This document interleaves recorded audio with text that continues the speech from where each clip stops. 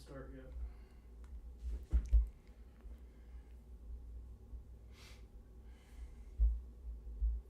Commercial, 5, 4, 3, 2, 1. Okay, you're on. Hey there, mystical souls. Welcome to Tuesday. So let's talk a little bit of astrology. I'm so glad that you are here with me. Thank you so much for joining. My name is Patricia Tate, and if you are new here, I'm a Western and evolutionary traditional astrologer. I use whole sign and Placidus, and I invite you to subscribe to the channel, hit that notification so you will get updates as soon as all the information comes out. You'll get the notifications. Please share as it helps the algorithm. If you are a regular, thank you for your continued support. I greatly appreciate you being here. I appreciate each and every one of you. I do want to give an update for last 2 weeks. So 2 weeks ago, we had a live, and for those that were on here, so my dog had hurt himself over the holiday weekend and was still in a lot of pain, and he was in the room and he had moved, and my husband had to usher him out of the room real quick. I do want to give you an update and show you him because he, come here, is so much better. Come here. There we go. He is doing so much better. He has pain medication and a steroid. We're now weaning off, and he's back to his old self. He's 10, thinking he's 2, and so it was a hard week. But now that we've seen a better vet, a new vet, we now have the right medication and we're on the road to recovery. So all of you that sent information to me privately or publicly, I greatly appreciate it. All right, so let's talk a little bit about things that are going on. I am going to be offering my next webinar. They are a once a month interactive class that usually goes from an hour and a half to 2 hours. It's on, so you sign up for it, it's $30. Each month it's different. I send you the information ahead of time, and then you join when it's live. If you cannot make it when it's live, you can always watch the replay of it. This month it will be on the perfected year, or your perfected year, and this is an ancient timing technique that I often use in my astrology consultations with how to determine some things that are going to be coming up for you and what your time lord is. So if you're interested in that, there should be a link down below, or you can go to my website and sign up for that. Also, okay, so that is called Transit Talks. Other things that are going to be going on. Let me move this over. Hello, the chat is open. I am so glad that you are catching me live. And yes, isn't he a cutie? It's a good thing he's just so darn cute because, oh Lord, he does think that he's a puppy and he's just this little old happy man. Yes. So I look, I just appreciate everybody being here. Let's talk money for just 1 second. If you would like to sign up to be in the queue for a consultation this evening, please use the QR code. Use the PayPal instead of the Super Chat. The Super Chat, YouTube takes a third of the money away, and so I greatly appreciate any tips, but definitely, if you want to get into the queue, I need your exact date, time, and location of your birth so we can talk about any questions that you may have. Usually, I like to have free reign so I can roam around your chart. Okay, so a couple things that are going to be going on this week. We are going to be starting Cancer season.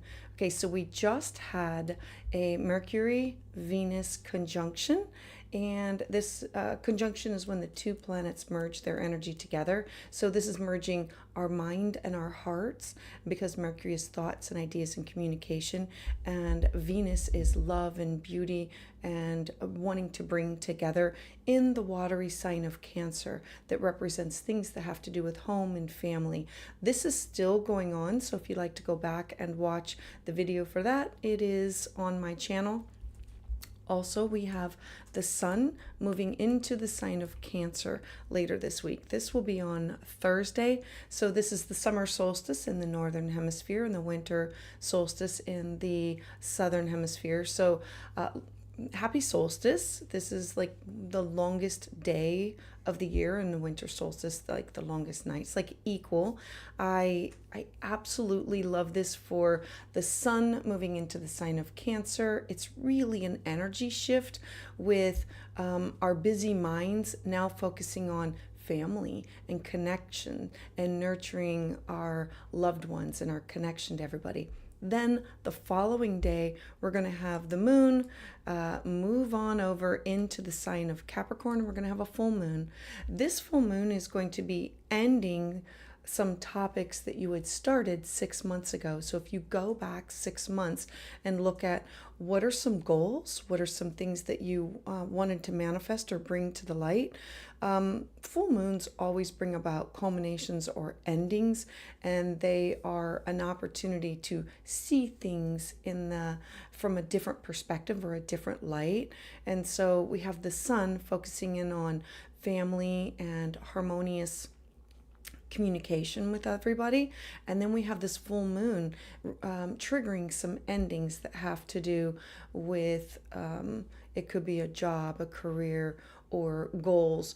Now with this could also signal an opportunity to readjust goals, especially if this is a long-term goal that you're not finished with. So just a few things going on. And one more thing, we have Saturn. Saturn is going to station retrograde. Saturn is the planet of challenge and hardship and time, and Saturn is structure. I think of Saturn as trying to get to the top of the mountain, and what do you have to do to get there? You have to be focused with dedication and moving forward. And so Saturn in the watery sign of Pisces. Pisces is, think of water and seaweed, and it just has to go with the flow, and it's about spirituality and our emotions and our feelings, and how do we build some kind of a structure around this in order to protect our emotions and our feelings. You know, basic words that always work with retrogrades are so refocus, rethink, reevaluate, redo, recalculate, like reset. And so all of these words will work with Saturn in Pisces in the house that it is for your house or for your natal chart. So I'm hoping all of this makes sense to you. All right. Also, for those that are seeking a personal consultation instead of on the live, you can go to willowgracemystik, my website, and click on it. It adjusts for your time zone. So you pick the consultation, make sure that you put your exact date, time, and location, and I cannot wait to Zoom with you. All right, so let's get started. Let's move ahead here. So I have KC in the queue. So let me pull your information up first. There we go. I appreciate everybody being here and joining me on this solstice week. Hold on. There we go.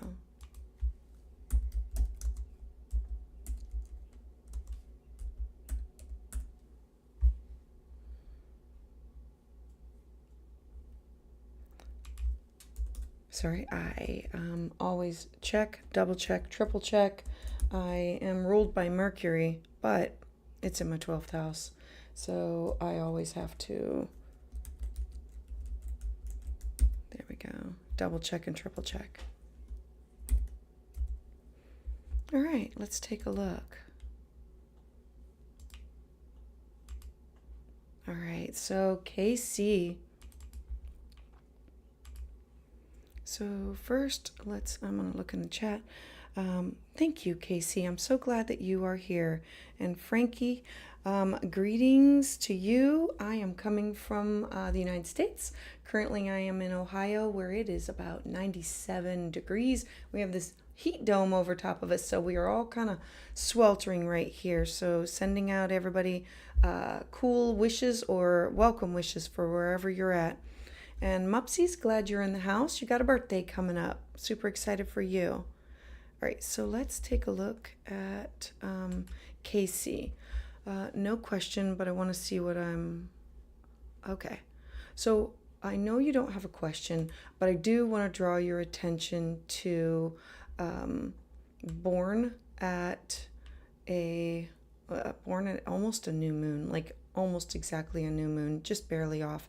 And truthfully, it's a square to your nodes. I don't know how much, I don't know if we've talked about this, but anything that squares your nodes represents a missed step or a skipped step. So you add in all the information of the sun being you, your personality, your appearance, your self-expression. The sun is literally your identity, and your moon representing your feelings and your intuition. And being born at a new moon is starting something new, something fresh, something unrelated, like I'm ready to start something, and it's a beginning in the sign of Gemini. Thoughts, ideas, communication. Now, the square comes from looking at your past lives and looking at where you're moving in this lifetime. And so your past life being in Pisces and your north node being in Virgo, the nodes are going to be shifting into your sign this fall. We're going to be having, so you're going to be having a nodal return. But basically what a skip step is, it's a square. All squares are 90-degree angles. This is not just, it's like a mother and a father both in square or both brought in to do the same lesson, but differently, and watery intuitive, but needing to be structured and organized. And like we could go into that at length, but knowing that that is going to be forever a square. So every time anything ever activates your personal sun or your moon or your south node or your north node, this means that something will have to be integrated. There will be a tension point, an uncomfortable time period where you will have to rework or revise some things that are going on. It's like you're moving right along at a nice clip and all of a sudden things become difficult. All right, so let's take a look at where we are today with the new moon and not the new moon, the sun and the full moon. All right, Casey. There we go. All right, so what I want to draw attention to is, okay, you've just had a birthday, so we're slightly past that. The sun is going to be dipping into your 12th house, having you go inward, reflecting. The 12th house represents our dreams, our intuition. It's more subjective. It is the Akashic records, past lives, astral travel, astral projection, tapping into the unknown and wanting to have sacred space where you could definitely meditate or connect with others, but it's on your terms. But the 12th house is kind of like going within in order to heal. I want to have this inner healing and I need to be able to transcend. I want to come out renewed, refreshed, and releasing of karmic debts. And so you're going to have the sun move into your 12th house for the summer solstice, and then you're going to have this full moon in your 6th house. Now the full moon in your 6th house is going to reveal areas of your life. Okay, so it'll show you, it's your daily habits. It'll show where you have been on track for your mental health, your physical health, your spiritual health. It'll also illuminate areas where there are gaps. The 6th house is how do you take care of yourself on a day-to-day basis. The 6th house is finding a mentor, finding a guide, vitamin supplements. Basically, it's taking care of yourself before you can take care of others. Having some kind of structure, having some kind of boundaries.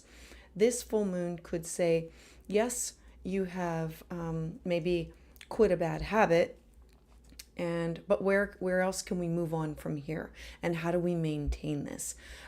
Full moons always bring about endings and closure, but it's also a new opportunity that needs to be addressed. So I'm hoping all of this is making sense to you.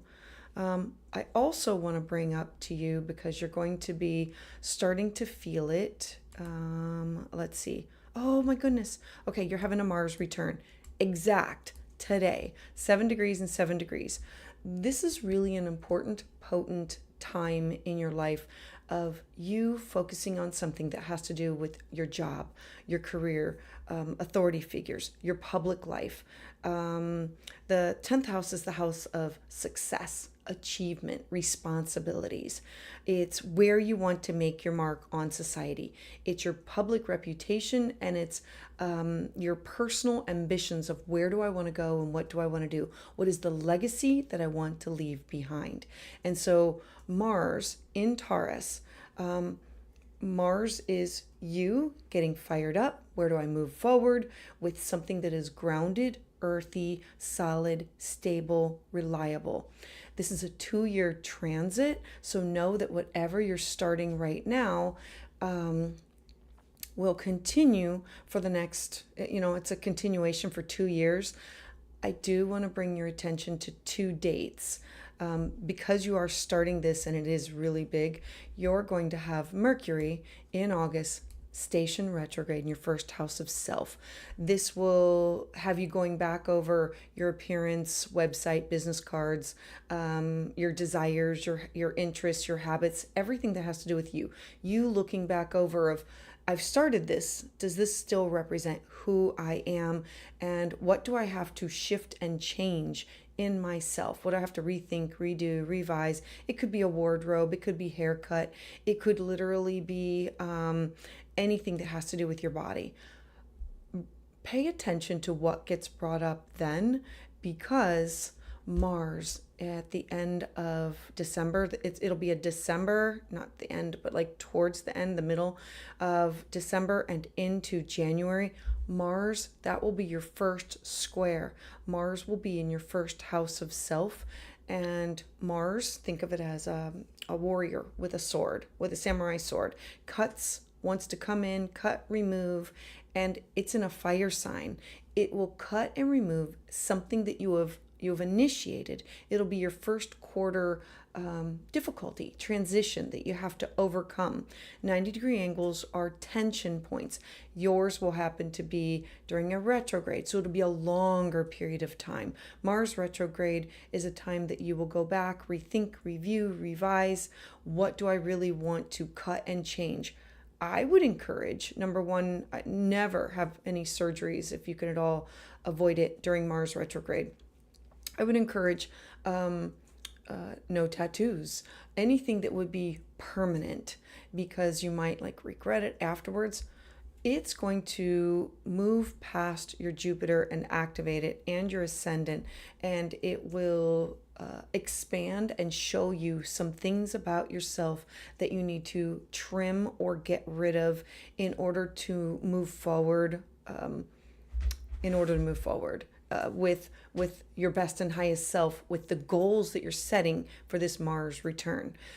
Each planet has a cycle, and so as you look at Mars, we say that, Casey, you have started a 2-year cycle, and it's going to be starting today. So putting your intentions out there of, these are things that I want to do with my career, my reputation, my job, something.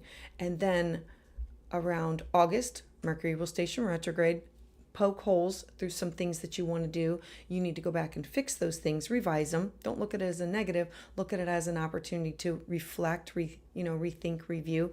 And then the December, that'll be the time, December, January, that you're going to have to go in and say, I need to trim this, this, and this. This could be a time that if you have a website or a business, that you go back and say, I need to pull back and cut some of this. I'm not able to maintain everything that I am starting or beginning. So Casey, I am really hoping that all of this makes sense to you. Let me look in the chat. Yep. Oh my goodness. Huge changes, absolutely huge changes going on for you at work. And you need to be on the forefront of initiating them. One other thing I'm going to throw out here, I don't know if you can see this, but the nodes are opposite. So you are going to be beginning your nodal opposition, and that'll be starting this fall with the eclipses. And so like we can talk about that in another time, but where you are beginning, you're going to be moving forward and taking a look at yourself in the past of where do I want to move forward? What do I want to take with me? I'm super excited that you have all of these great things manifesting and going on in your chart, especially with Jupiter in your 11th house.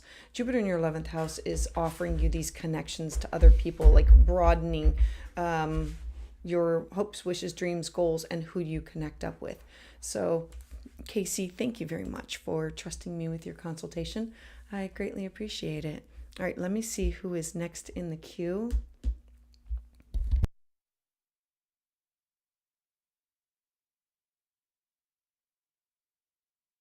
Sorry. It's okay. Let's see here. Let me get Rebecca. All right.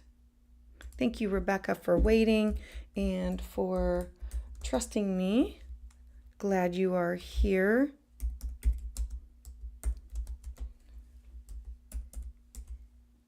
All right. What's the... Oh, got it. Got to get your time. Mother. Sorry. No, I need to make sure I have it all right, and I do not. Sorry. I readjusted the sensitivity on my keypad, and it is extremely sensitive.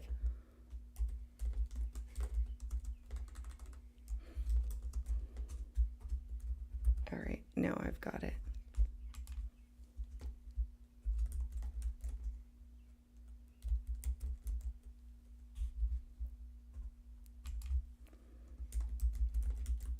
All righty, let's see here. All right, Rebecca, let's talk.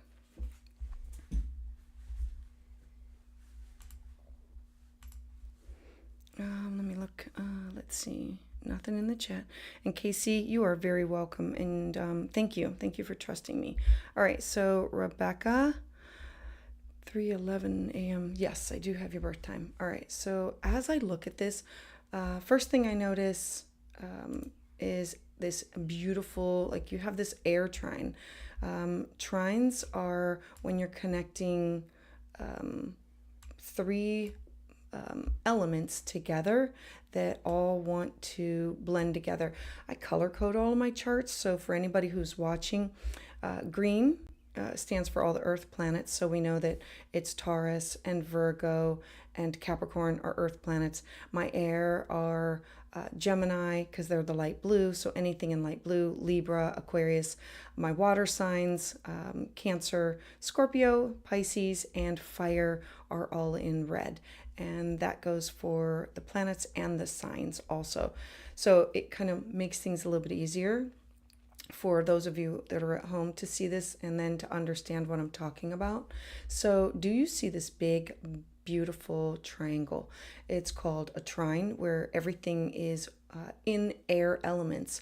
So a lot in your head, thoughts all the time, communicating, wanting to balance everything out, wanting to talk to this person, that person. Yeah, I absolutely love this for you. There is some opposition, so let's talk about that for just 1 second. I don't know how much you know about or work with your past lives or North Node or South Node, but your South Node is where we have come from. You can either look at it as past lives, like past life generation, or you can look at it as great-grandparent passed down to grandparent passed to you, and yours is in Sagittarius. Going away or having faith and hope and belief in something that you didn't look into, didn't trust, most likely traveled far away. Neptune is here, so it was probably like a religious something, like it could have been a religious cult or religious belief, or like going away and moving towards something that things did not go well for you. And so in this lifetime, you are supposed to be working on your North Node, bringing in your past positive things that have come from this and using them and learning the lessons of not always just having the faith, hope, and belief, but to actually look at the facts, look at the details. I need to, like Mercury is here. Mercury is like, read it, find it. Don't just believe one source, get another source. So know that those two areas are always going to be in conflict with each other of how do I integrate them into this lifetime in order to grow, change, and evolve with topics that revolve around your shared resources and your personal resources. You're truly supposed to be working on second house themes that have to do with your money, your finances, your cash, your property, your skill set, your income, your possessions, and how do you invest wisely, trust cautiously, whether it be with business partners or significant others, or with relatives where there is like a death with a will or something. I want to show you, I don't know if you can really see it, but this is a kite formation. So it's pointing that where we need to look and where you're coming from. And so what makes this unique is your past is where you have to look to in order to understand where you're going, and all answers will be found in integrating past with moving forward. Your air trine was to activate all cylinders, thoughts, ideas, communication, talking to people, gathering data, looking it up, and connecting with other people far and wide, but also learning and teaching, taking classes and workshops. And so a kite always leads us into that direction because those planets are all talking to each other, and the opposition is the red that's in between. All right, so know that anytime any of that's activated, which that's a good chunk of your chart, that's what will be going on in your life. Okay, so let's take a look at where you are right now with the sun and the moon. There we go. Or anything else that I see pertinent here. There we go. All right. All right. Coming up on a birthday. Oh, I love that you're going to be having your solar return here real soon. All right. So, you have Venus and Mercury literally bringing together. Mercury is thoughts and ideas. Remember, your North Node is conjunct Mercury, which means the direction in which you're supposed to be going. I, Rebecca, need to be bringing in my thoughts and ideas and merging it with my heart, my Venus. This Venus-Mercury conjunction is starting something new. It will activate your sun, because your sun here is in your third house. The third house is all types of communication, written, phone, text, gossip, news, new skills, transportation, email, your daily commute, who you talk to in the grocery line.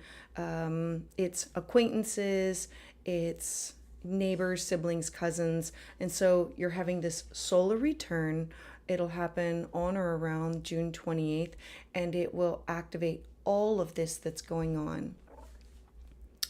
Let me see what else. Okay, so the sun being there, you will then have a full moon in the sign of Capricorn.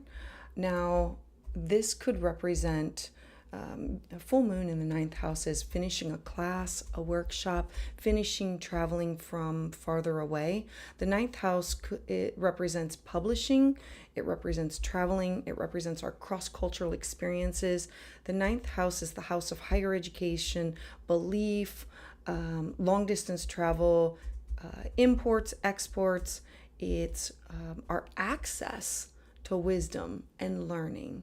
And so it's bringing all of these topics together and saying there's going to be some type of an ending or something revealed that I'm finishing this class, or I'm coming back home for this, or something that has to do with, again, publishing or legal matters. The ninth house is also legal matters. And so this could be an opportunity that the sun is saying, I'm ready to focus on nurturing these connections that I'm making with other people, making new friends, acquaintances, and then having an ending of sorts that has to do with classes and workshops or traveling or anything that has to do with the law or advertising or publishing, or religion or spirituality. This could be like, I'm finishing something and I'm ready to move on. So Rebecca, I'm hoping all of this makes sense to you. I absolutely love that Jupiter's going to be in your second house here for a while. Actually, it's going to be here for a year. So it's going to be bringing abundance of things that have to do with your money, your finances, your skill set. So this could be, I need to take another class. I need to up my salary, my income, my possessions. Okay. Oh, you're working on investing on your own. Yeah. Trust issues. I get it, with past significant others. Look, I would love to say that that's going to go away. It's not. It's going to be something that you're going to have to mitigate. You're going to have to say, what do I have to do in order to feel safe and secure? The North Node in the second house means this is what I need in order to feel secure. And so you stating it and a partner having to meet you where you're at. And so with the South Node in your 8th house means I have to release some of these things, but I also have to learn from it. The 8th house is the house of birth, death, and rebirth, a transformation of deep psychological trauma. So there's this trauma that's been brought in, and you have Jupiter and Uranus here. So when things happen, they're big. They're like really big to you, and other people don't see it because it's private. It's in the 8th house of taboo topics and wanting to keep things on the down low. So I greatly appreciate you trusting me with this. And so great things coming. Make sure that you're focusing in on your personal assets and resources as you move on, because Pluto in your 10th house is going to be here for the next 20 years. It's at 1 degree on top of your moon of what do I need for security. And this has to do with a connection to others, but wanting to stay myself and needing to transform. What does that look like? You got a lot going on, Rebecca. So thank you. Thank you for trusting me. All right, let me see who is next in the queue.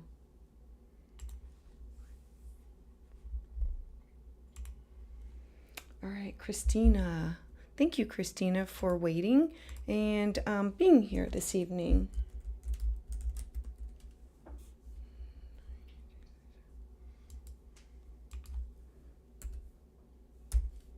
I wish I could type this faster. It's not that I can't. I don't trust. Sorry, 1 p.m. Okay.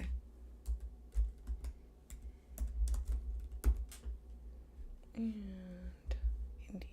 All right.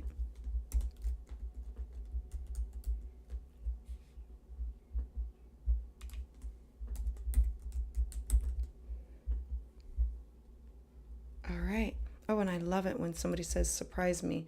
All right, Christina, let's talk about surprise. All right. Okay, Christina. So the first thing I see when I look at your chart, all right. Definitely. Okay. Okay. There's big oppositions. I just want to address the oppositions that come with your nodes. Again, the North Node is the direction in which you travel. The North Node is like where I need to integrate my past lives into this lifetime. And your North Node is also in Gemini, but it's in your 7th house of partnerships, relationships, clients, one-on-one, best friends, significant others. Now your South Node is in Sagittarius in the 1st house. How do I let go of myself and how do I meet somebody with where they're, how do I merge my resources with somebody? How do I connect with somebody? The seventh house is about love and contractual relationships. It's about, has everything to do with social contracts and promises, and staying on track for that. There is a square to Saturn in your fourth house of your home, your family, your roots, your foundation, and squares are opportunities that they're a skip step, but it's an opportunity that in order to integrate change, it will cause things to be uncomfortable. And so I know that you're having some type of a Saturn return just by looking at this, because we are about the same age. And when I look at this, know that who you are and partnership will be shifted, and it will oppose your career, your job, your legacy, all of those things. All right, so let's dive in and look at like where we are with this, because there's big shifts that are going to be happening with mainly Saturn. All right, so Christina.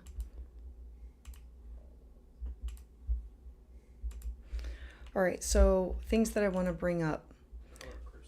I'm sorry, Christie. Thanks, Christie. Okay, do you see this? This means that you're having a Saturn return. This is not your first, but your second. So I want you to think back to when you were 29, 30 years old, that 28, 29, 30, 31. Saturn first came around in your life in the sign of Pisces that had to do with family, traditions, home, roots, foundation. There was a pivotal moment of leaving home, creating a home. Usually people who are moving forward with something will immediately shift. There's a marriage, there's a divorce, there's the first time of something big. At that time in your life, it was a pivotal moment of, I need to move forward and I need to pick the correct mountain. When we have a Saturn return, it means that we've had enough years, enough experience, because remember, each planet has its own cycle, their own cycle. And so for Saturn, it's about 29, 30 years. And so if you look back to that time period, that sets you up for your second of everything that you've done in between about the age of 30 and what you're doing now. And so now you're looking at things and saying, if I've done everything right, I should be able to set myself up for, what do I really want? Do I want to move? Do I want to downsize? What do I want? Home, family, roots, foundation. Now Saturn is going to station retrograde at the end of this month. So what is it, next week? In a week and a half? In 2 weeks. Saturn's going to station retrograde in about a week and a half, 2 weeks. And during that retrograde, it will have you going back over some of the decisions of what you are making for yourself to move forward with. And this will be cognizant about choosing the right goals, of going inward and reflecting, do I need this? What do I need? What traditions do I want to carry on? Where do I want to live? What does this mean to me? Along with this, you're having the sun currently sitting on top of your personal, you have Jupiter conjunct your moon. I absolutely love that. You're having a Jupiter return. Jupiter is now in your seventh house. It went in here a few weeks ago, and it's going to be for the next year. So know that Jupiter expands your seventh house of partnership, love, contractual agreements, best friends, significant others. The seventh house also represents open enemies and exes. So know that it is expanding all of these topics for you with thoughts and ideas and the way that you're going to communicate. Now, you can use this for career, you can use this for joy, for pleasure. Jupiter is offering you abundance of all of these topics. It's going to literally activate your north node here soon, saying this is the direction, Christie. You need to be moving towards this. Now, what does this look like? Is this moving towards love and trusting someone? Is this a partnership, a business partnership? Is this with clients? Is this moving towards, I have a gift to offer. These are my resources. The seventh house represents negotiation and cooperation. It's where we learn trust and our connection to others. And it's how we handle conflict and legal matters. Now, Jupiter here is going to truly expand for the next year all of these areas of your life and bringing in where you're supposed to be moving towards your north node. And so know that anytime Mercury stations retrograde, you're going to feel it in this area. All right, let me look a little bit more. What else do I want to... okay, important.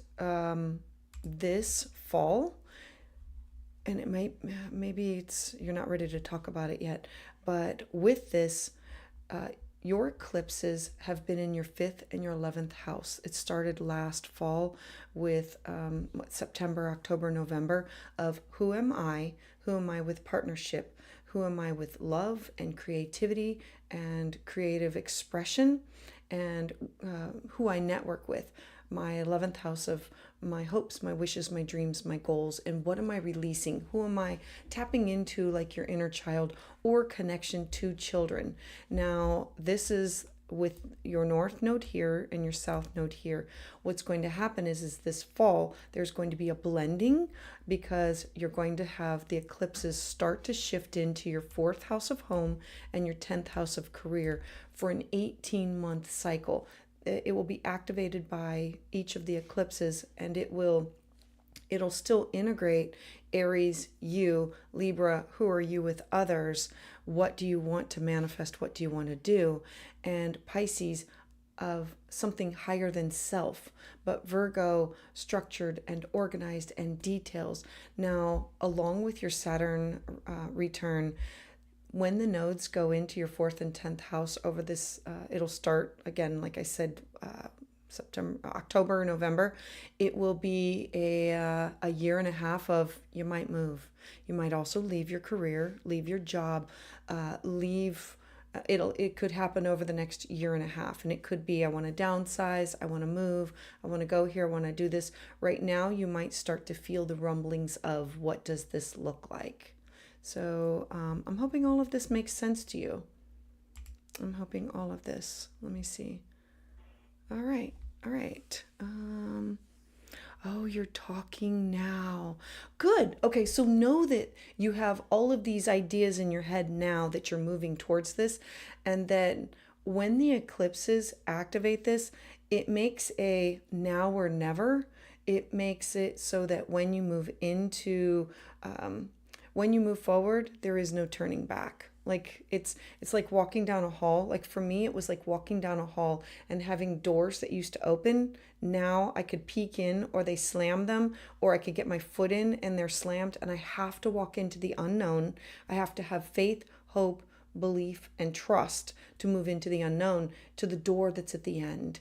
And it can be kind of scary. And so all of this is occurring at one time for you, and saying, I need some kind of structure. I need some kind of boundaries. What does this look like? And a possible move. All of this will have you releasing. It will activate all of these planets. You have a huge stellium in the sign of Virgo with your career. So it'll be, what am I going to release? What am I going to let go? What do I want to be known for? So Christie, thank you for trusting me. I greatly appreciate you being here, and I'm glad you're talking about this and moving towards this right now, actively moving towards this. Know that Jupiter is your ruling planet, and when Jupiter is in your 7th house, Jupiter can mean a lot of things are going on with your partner that affect you. As a Sag rising, Jupiter means that maybe your partner is the center of attention, or what they're doing is like you are the me too. You are the +1 of wherever their job is taking them, or something that is going on with them. And so it's you moving forward and having to integrate your energy with their energy with the things that are shifting. All right, thanks, Christie. All right, so let me see who is next in the queue. Alicia, thank you for waiting. Alrighty. Oh my goodness, a Christmas baby. I love this.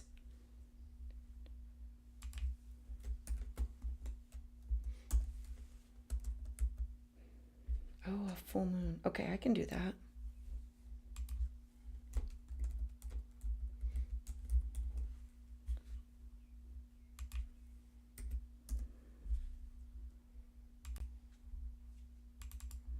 All right, Alicia. I first want to take a look at your chart and then discuss. Oh, goodness, girlfriend. Okay, this is huge. This is a lot to work with. A Sun, Uranus, Neptune, Venus, Saturn, and the North Node direction.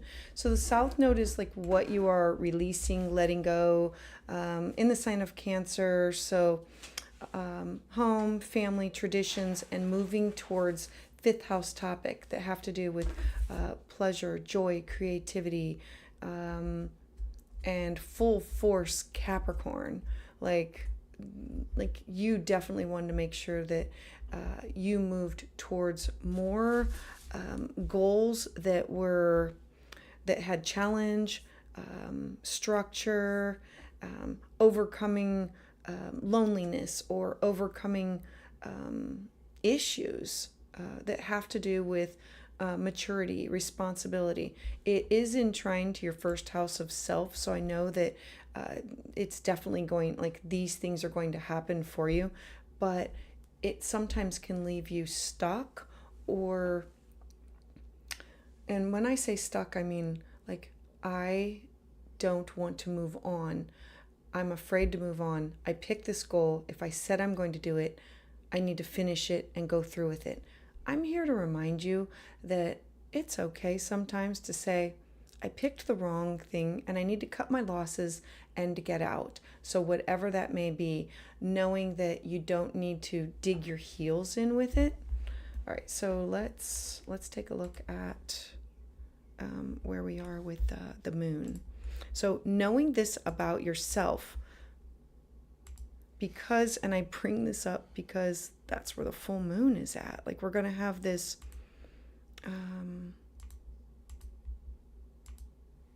yeah. Okay, so the sun is literally going to be moving into the sign of Cancer, bringing a focus on nurturing, caring, home, needing to feel comfortable, needing to have my needs being met and the needs of my direction in life, my goals. Now the full moon is going to be in your fifth house. This could be an ending of a project that you started. The fifth house, it could be an ending of an affair. The fifth house has to do with children. This could be something big that happens with your children. A child, okay. Things that can end with children. Graduating, moving out, getting married, big things that will have an ending or a culmination with them. Or this could be big things that could be an ending with you that has to do with recreation or fun or joy, hobbies, or creative expression, starting something like a club or a workshop, and like now it's ending a class. Your fifth house activities are what we do for leisure and like dating and love and wanting to be responsible. And so looking at what did you start 6 months ago? If you think back 6 months, you can say, okay, this is what I started. These were some goals. And now you'll either fine tune and tweak it, or it'll be an ending or a culmination. You'll be able to say, okay, I'm done with this. It's time to move on from this. one more thing that I know you only asked for the full moon, but I'm just going to circle around just a little bit longer because you are going to be having a Mars return this month. So I want you to pay attention to things that you are wanting to initiate. Mars is the samurai warrior with a sword, and it wants a goal to go after. This is in trine to fifth house topics and who you are. So know that all of these earth signs are saying, I want to do this. I want to take this class. I want to publish this. I want to take this workshop. I want to travel there. I want to have these cross-cultural experiences with other people. I want to dive into the occult, or like a religion or a philosophy or a belief. I want to study. I want to have access to wisdom and learning. The ninth house is also legal matters, and this could be you starting something that requires publishing or education or legal matters. Now, along with this, know that whatever you're starting here, okay, this is where things are going to get a little wonky. Yes, this is absolutely perfect. It's in a trine. But whatever is started here, you're going to have Mercury station retrograde in August. So I want you to take note of things that are going on now, things that you're starting, you're initiating, and then in August, Mercury is going to station retrograde in your 12th house of your personal unconscious, your connection to spirit.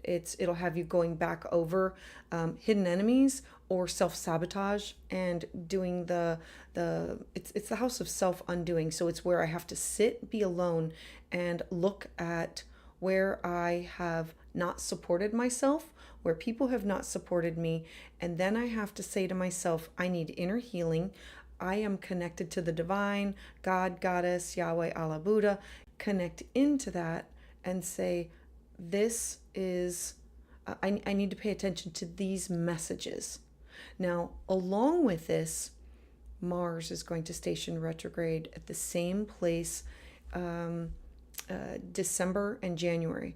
Along with Mars, this will be your first Mars square of something that you're starting. It'll be the first difficult transit that you will have that will make you feel uncomfortable and push for change. Mars wants to cut. You have to give it something to cut. Cut karma. Dive into your past lives, or wanting to understand dreams, intuition, Akashic records, astral travel, astral projection. The 12th house is where we heal and we renew. It's the house of mental illness, or mental, physical, spiritual health and well-being, and how we have to nurture that. And you have Jupiter here. Jupiter expands everything. How can you rid yourself of these fears? And so you'll be working on those. That'll be that December, January. So Alicia, I really appreciate you being here. I'm hoping all of this makes sense to you. And thank you. Thank you for trusting me. All right, let me look in the chat.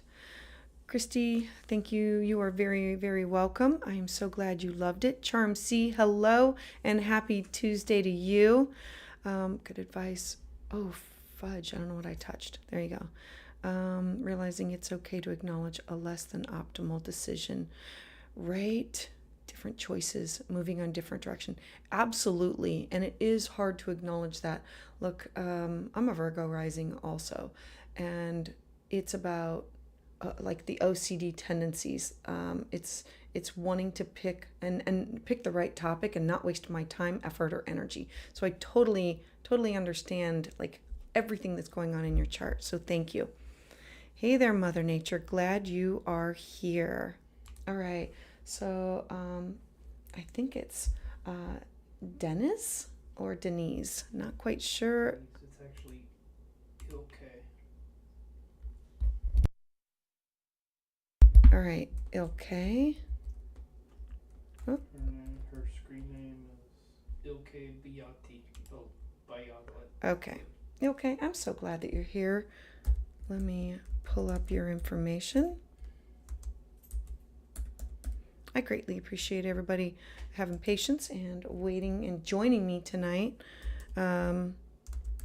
super excited to be here right before the solstice, ready to soak up this great energy. Okay.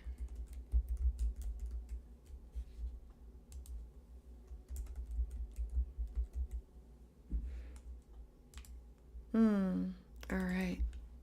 Let's take a little look around here. All right, okay. She just posted. Okay.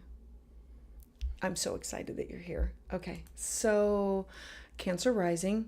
As a Cancer rising, know that the moon is your chart ruler. So every 2 to 3 days, you know that you are working through your feels. It's your feelings, your intuition, and knowing that, and eclipses seriously throw you for a loop. I do want to bring in your nodes, because the nodes currently are in Aries and Libra. So hold on, let me back it up here, because you have Mercury at 0. So any planet that's at 0 degrees, it's an anaretic degree. Anything that's at 0 or 29, 29, I look at it as a final exam. Like, you have the information, you just have to get it right in this lifetime. And 0 means you've never done it. You're trying to work through it. It's all brand new. Mercury in the sign of Pisces, the way that you think and feel, and Pisces is watery and intuitive, and that is your sun. And how do you share this with others? How do you blend with others and still have healthy boundaries for yourself? Yeah, that's what you are working on, and that's what you're learning, because Sun in Pisces wants to blend with everybody. Like, why can't we all be happy and connect spiritually with each other? All right, let's take a look at your biwheel.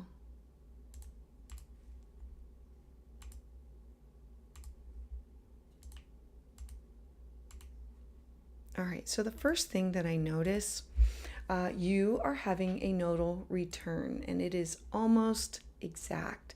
If you notice, you have your north node at the top of your chart, your job, your career, your reputation, the direction in life in which you're supposed to be going, and your south node is in Libra. So I want you to think back to last fall. Last fall we had some eclipses, so think back to September, October. And along with those eclipses, it brought a huge shift or change in the form of, I need to be thinking about myself, Aries. I need to have self first. And it's not selfish, it's self-preservation. I have to be thinking about me, my job, my career, where I'm moving forward. I need to be thinking about my public life, me being seen as an authority figure, my personal ambitions. I need to put my needs to the forefront, because my south node is in Libra, always wanting to hear everybody out, always at the mercy of family, always pouring to their cup before drinking from your own. A south node in Libra is the scales. It's connected to somebody, but it's also finding a balance between the two. And so how do you walk this tightrope of, I want to support you with family and home and foundation and your roots and your genealogy and everybody that's come before you. Like, that's where you're coming from. Always filling the needs of everybody else, supporting everybody else. How do I focus on myself? How do I put my needs first? And there was an eclipse that the first eclipse was the activation of, I need to think about myself. And then the second one is, how do I release where I have given my power to other people, given my energy away, where people have even taken it because I was either too young, too naive, didn't know any better. It happened before I knew it. Now, how do I reestablish those healthy boundaries? Then we had March 25th and April 8th. On March 25th, there was another, and April 8th, there was another set of eclipses. The March 25th was releasing something that had to do with home. It could have meant a move. Usually when the eclipses occur in your 4th and 10th house, it usually means a move and something that has to do with a new career, a shift in a career, or a leaving of. And so with these eclipses, it started in the fall, it continued this spring, and it will continue on into this fall of where are you going with your job? Where are you going with your career? Are you on the right path? Are you allowing fate and the universe to move you in the right direction? Are you releasing, taking care of everybody? Are you going to move? Are you going to move up the corporate ladder or move into a career that's self-sustainable? This could be entrepreneurship. You have Jupiter in your 10th house, so you know that it will expand things. I want to bring up one more thing. You are moving towards a Mars return, and I want to talk about, okay, I'm going to talk about the Mars return, and then I'm going to dip into your first house for a moment. A Mars return is a 2-year cycle. It's going to be really important that you notice what you're starting this month, things that have led up to it. So I want you to think back to last fall when we had the eclipses, September and October, that doors were shut, new doors were opened, moving you forward. Now you're getting your bearings straight. Then we had March and April, a new hit or shift, and now you're going to have the third and final push this fall. With that, Mars moving into your 11th house has you connecting to new hopes, new goals, new aspirations, new connection to, this could be new tribe, new peers, teams, people that you are working with. It's where you are connected to, whether they're kindred spirits, friendship, humanitarian efforts. It's collective activities. It's your community. It's how you help to support the collective, and it's how the collective supports you. So you are starting something in the earthy sign of Taurus. I want to start something that will grow over a longer period of time. I want you to pay attention to 1st August. You're going to have a Mercury station retrograde in your 2nd house. Mercury stationing retrograde will have you going back over your budget, your resources, your money, your skill set. You saying, these are my talents, these are my skill sets. I need to trim these bills.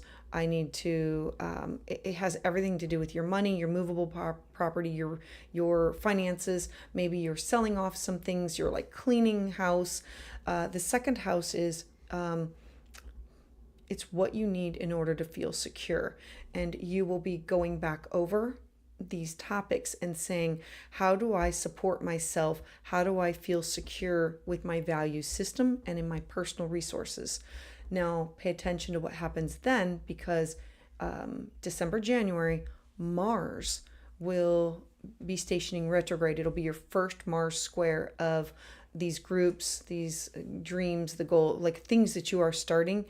The first square, and yours will happen to be during a retrograde, so it'll be a long square that will say, do you really want to go on this path? Are you willing to put in the time, the effort, the energy, and what needs to be cut in order for you to move forward? Are you willing to make the necessary accommodations in order to move forward? Usually Mars here means it's slashing things. It's like cutting your bills. It's cutting things, like removing of possessions, cutting through things in order for you to feel secure in the end. Like saying, do I really need this? Or like, what else? All right. So, okay. Last thing. You're going to have the sun moving into your 1st house of self. I like this because it's all about you. It's going to be Cancer season. And with this is going to be how you look, your identity. The full moon will come in your 7th house. When we have a full moon in the 7th house, this represents some kind of an ending. This could be an ending of a relationship. This could be a business partnership or a significant other, or with clients. Not all endings are bad. Let's say that it's an ending of a contract or a client or these consultations. It's maybe they no longer need your services. Maybe it's an ending of a friendship. It's because they've moved away. You have to look at, there will be some type of an ending or a closure, but it doesn't all have to be negative. does not all have to be negative. So, okay, I am hoping all of this makes sense to you. I'm grateful that you are here, and all right. Thank you. Thank you for trusting me with your consultation. All right, so let me see. Olivia, thank you for waiting in the chat. I greatly appreciate you being here. And everybody who is here, if you are interested, I offer these webinar classes.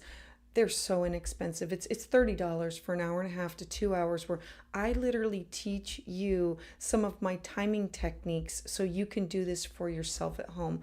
And so the next one's going to be on your profected year, and it's based on your age and your natal chart. And so I literally walk you through, and I give you the handouts, the PDFs ahead of time, and then we have an open discussion with the webinar. And if you miss it, you can always watch it later. And if you want to replay it, you can replay it as many times as possible. But each month it's a different topic. So just food for thought, everybody.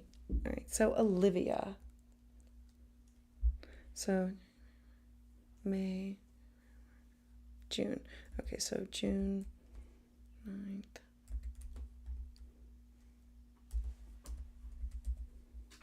All righty.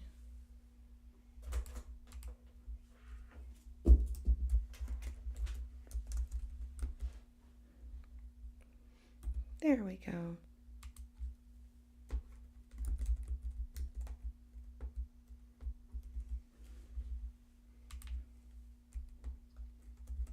Alrighty, let's take a look. Thanks, Olivia. Let's see. So let me circle around. And okay, you are very, very, very welcome. And Olivia, so glad that you are here. All right, so when I first look at your chart, okay. Big things to start off with. I want to talk about your south node, and I want to talk about Mars, and I want to talk about your north node and its conjunct your moon. So there were no questions. I'm just going to skim around this, and the first things that I see. Anytime that there's a square, squares mean skip steps or missteps, and it means I am bringing in past life difficulties or traumas in order to replay them, and I want to move it forward quicker, and I want to skip a couple lifetimes or skip a couple steps, and I want to push through the learning.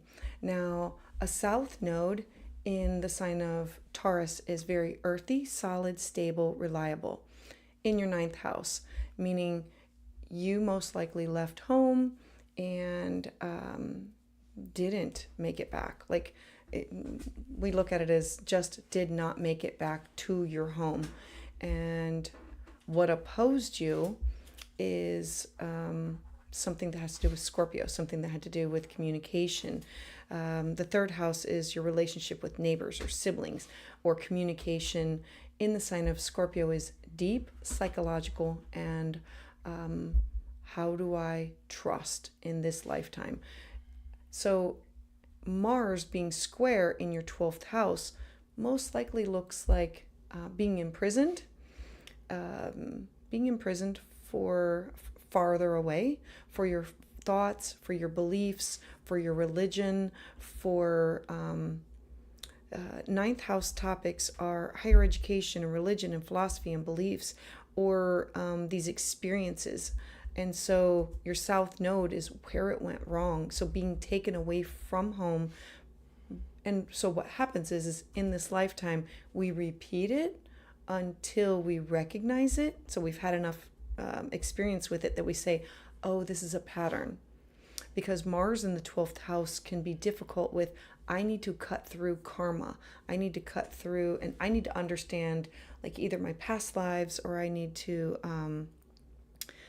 understand like where I have come from and deal with either mental illness, mental, physical, spiritual health, well-being, things that take me away from my everyday living. And I need to be able to connect with inner healing in order to transcend, to connect to spirit.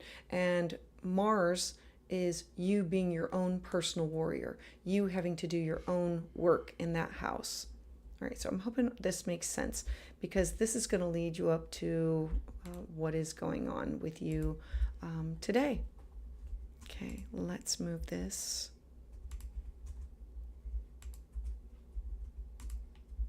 All right, Olivia.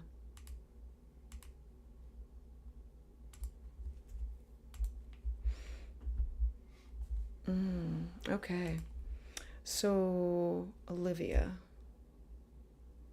Okay, I'm so glad it makes total sense to you. Great. All right, Olivia, as a Virgo rising, you are ruled by the planet of Mercury. So Mercury stations retrograde about 3 or 4 times a year. You always need to be following Mercury, because Mercury rules over your first house of your identity, who you are, and your job, your career, your reputation. When Mercury stations retrograde, emails will not get sent, or it'll be wrong phone, technology will glitch, and it'll all be about you. Like, you will be late, the plane will be late, like 3 to 4 times a year. Know that Mercury is, I say not to fear it, but to work with it, because it has 2 houses that it rules in your life. And so for me, I always say, well, it's forcing me to slow down. So I'm ruled by Mercury, and even though it's not stationing retrograde right now, I check, double check, and triple check somebody's information before I plug it in. And so when it's retrograde, I will recheck. I will back up all computers, all phones. I will back up all the information, knowing that I will still have glitches.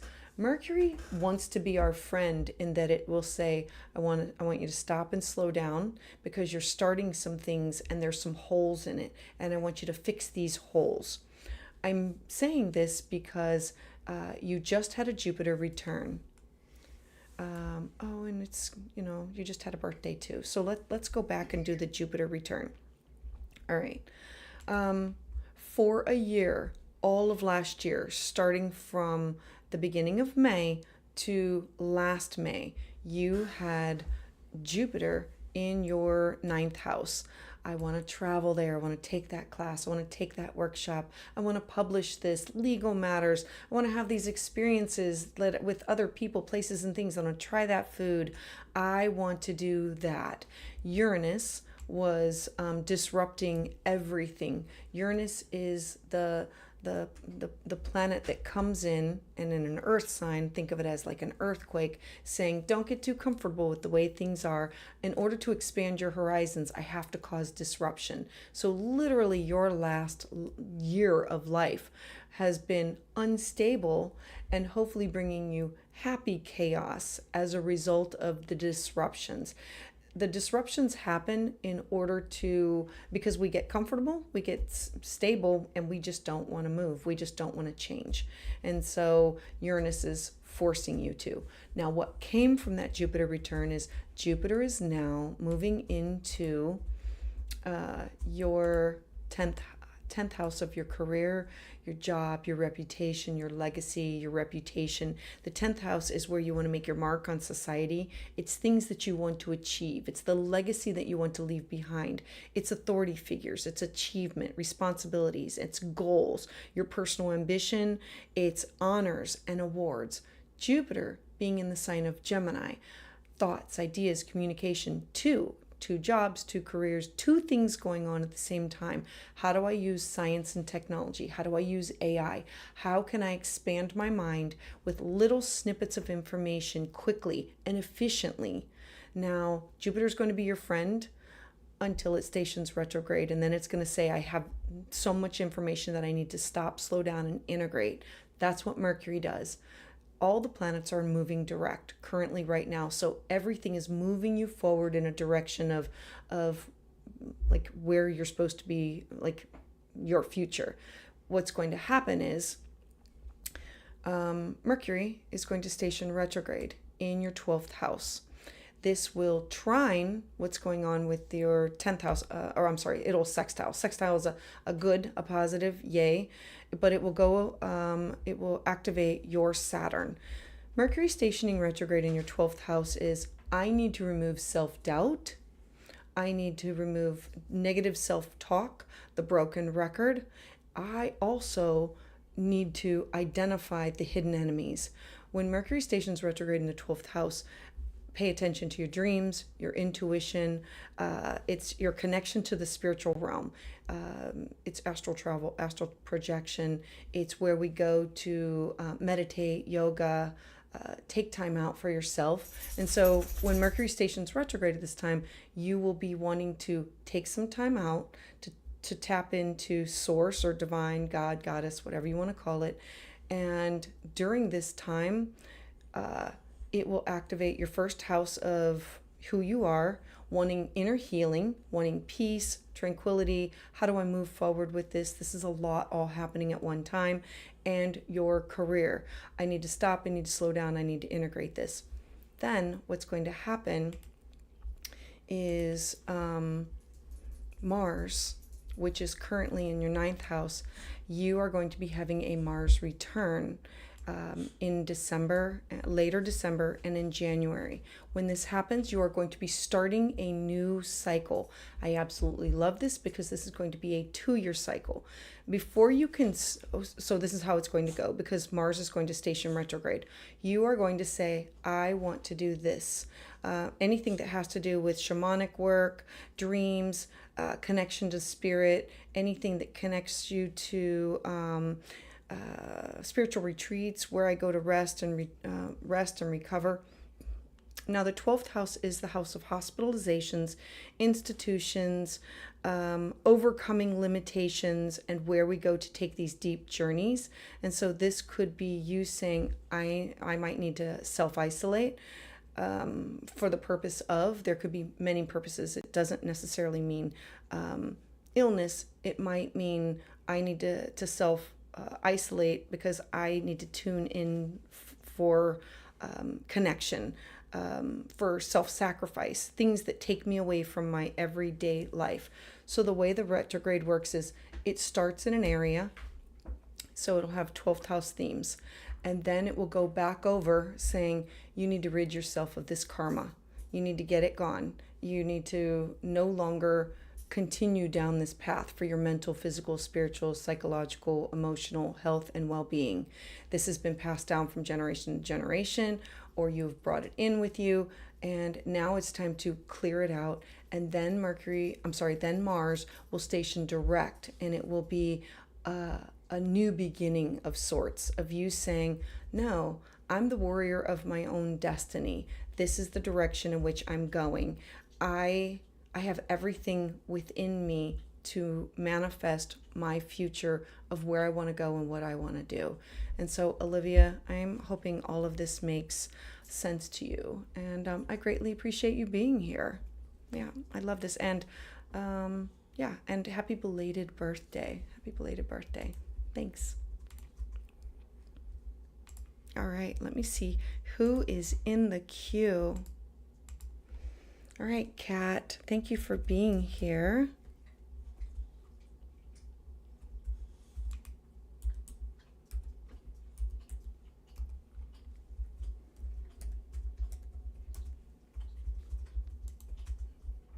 And alrighty.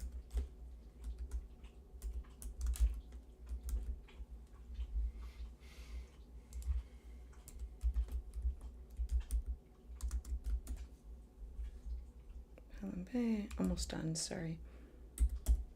There we go.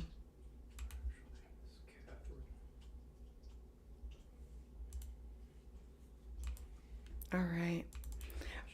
All right, okay. Hold on, let me pull this up.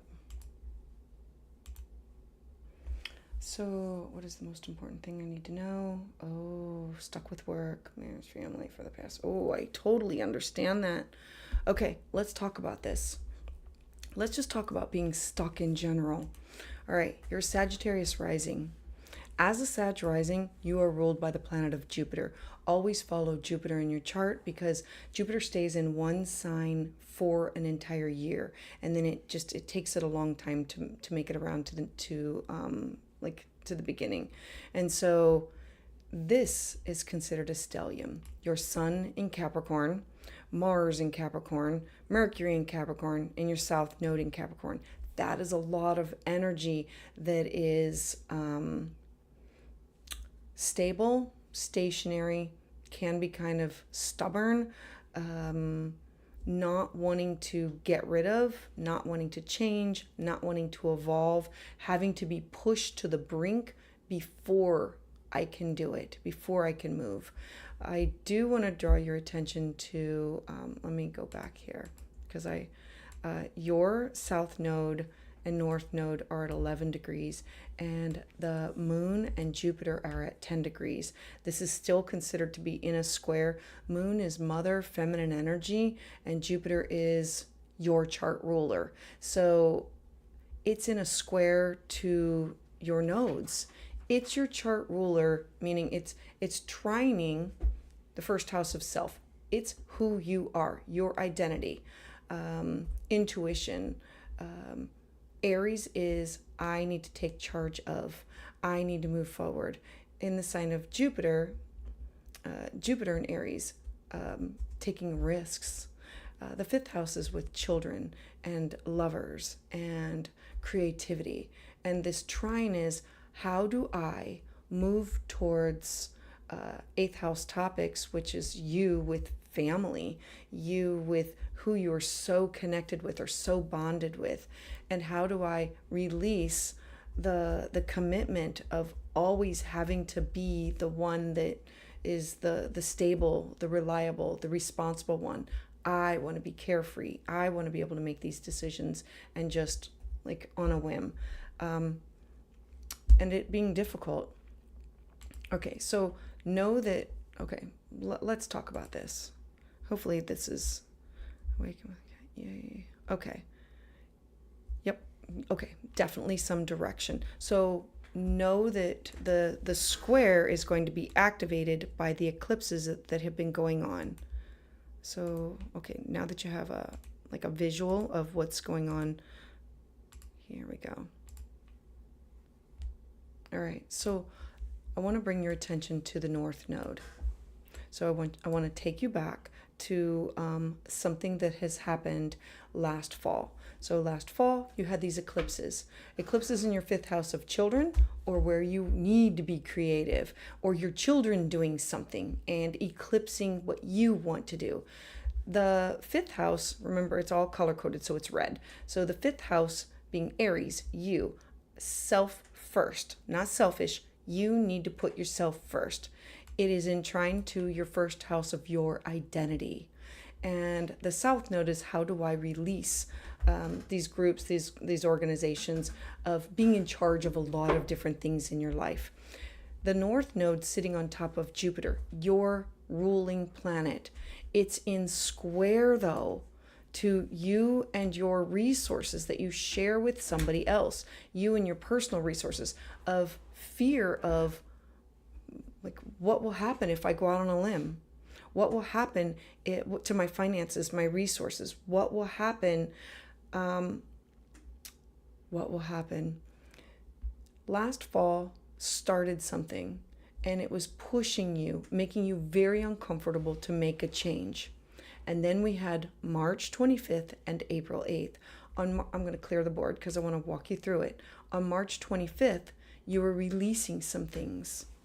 And on April 8th, this was a chance for something new, a new beginning, something that fills your soul. So the moon is your intuition. It's what needs to be met. The moon in Aries is, I have to take a risk. I have to take a leap of faith. The fifth house is the house of gambling, of risk taking. Jupiter here is, it will be abundant, but there's no turning back once I do it. So there's this, you needing to take a leap of faith. Something has already happened. It happened in March and April that's pushing you in the direction of you choosing creativity, you choosing you, fun, joy, pleasure, releasing the fear of, because this is a square. It's a square to your nodes. It makes you uncomfortable with, how do I get past this point? Making you so uncomfortable that if you do not move in that direction, it will be like this missed opportunity. It's the universe is pushing you to say, you have to choose you. You have to choose you. It's for your identity. It's for who you are. So, hold on. My children turned on when I started to heal and awaken. So it's wild because I make the money. So I totally see that. Yeah, beyond what you could imagine. No, I'm like seeing it. Okay, I want to talk to you about like what's going to move forward in the future. There's this squares are meant to make you feel uncomfortable. This is a square to your past life. You've already done a lot of this. Your north node of this life. How do I integrate and bring in the gifts and talents? You're always going to be resourceful. You're always going to have money. You're always going to have your income, your possessions, your salary. You're a sun in Capricorn, for crying out loud. You pick these things. The difficulty that comes with the sun in Capricorn is sometimes I stay too long and I make everybody else happy because I'm taking care of them and I'm not nurturing my soul. And because I want to leave the legacy. I want to be able to do these things. And so the sun, you're going to have the sun move into your 8th house and you're going to have a full moon in the 2nd house. When you have a full moon in your 2nd house, this means some type of an ending, something that will be revealed. Are you going to be getting rid of some things? Are you going to be trimming down some things? Something that has to do with your skill set. This could be money coming into you. This could be paying off some bills. I want to take you forward to, I want to talk about Jupiter in your chart. You have Jupiter in your 7th house. You are ruled by the planet of Jupiter. Jupiter is in your 7th house of partnership, meaning partnership activities are kind of highlighting you right now. Not only what your partner is doing, but this is clients, consultations, best friends, significant others. The 7th house is love and it's handling of conflict and legal matters. How do you, with ideas, thoughts, wisdom, communication, talking, sharing, manage partnerships, clients, significant others through expansion of knowing that Jupiter is going to be in your 7th house, bringing you abundance of these people in your life for the next year. Also know that, so like if we were to talk further, Jupiter is going to be here for the next year. Jupiter will move on into your 8th house next June, July. Uranus will move into your 7th house. Uranus is the great disruptor. It's chaos. Uranus comes in to say, whatever is here, whatever you thought it would be, I'm here to shake up your world. And so there can be a shake up in about a year. I say this because the North Node is going to be moving into your 4th house. Usually when the North and the South nodes move into home and career, it means a move or it means a shift of an ending of a job or a shift of a job or something that has to do with your career, like leaving or promotion or something that has to do with that. All right, so let's see here, Kat. Okay. I'm hoping your children. Yes, I'm excited for you with all these things because the North Node in Aries is really you tuning into what do you need that'll fill your soul, and then with it diving into Pisces will be a connection to spirit and to the divine. So much illness has been separated from your own, but wanting to change my spiritual astrology. Oh yeah, I'm going to. Oh, thank you for making an appointment. Yeah, and we'll talk more about this. All right, Kat. Thank you for trusting me. All right, sending out a big fat hug. All right, let me see who else is in the queue. Sabrina. Thank you for waiting, Sabrina.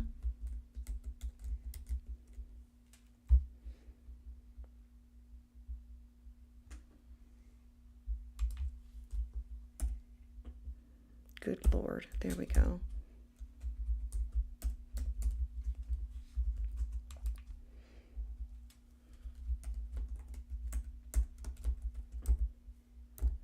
I appreciate everybody waiting here and for the opportunity to share on a Tuesday night together. Alrighty, I think I got it.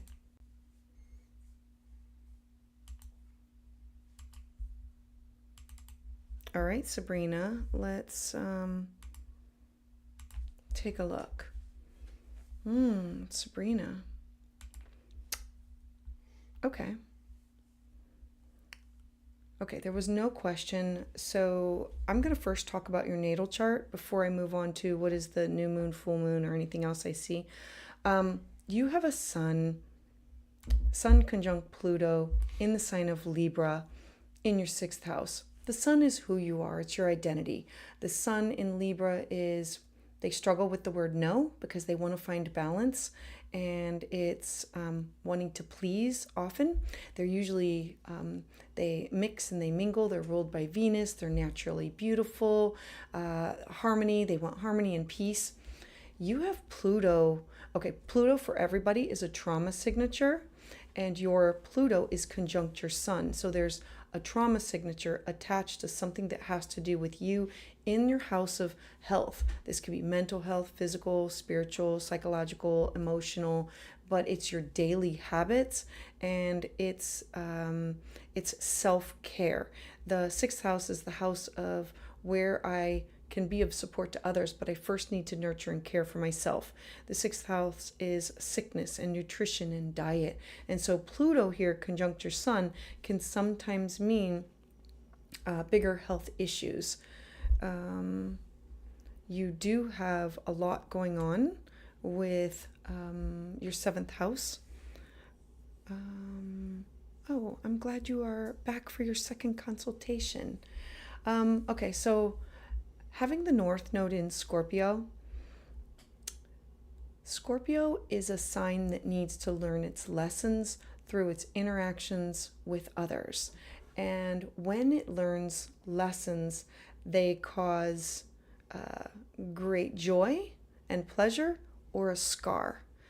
Where we have Scorpio is where we have actually scars on our soul, and yours is in your 7th house of partnerships, relationships, and love, meaning you want this, but in order for you to experience this, it's how do I develop trust?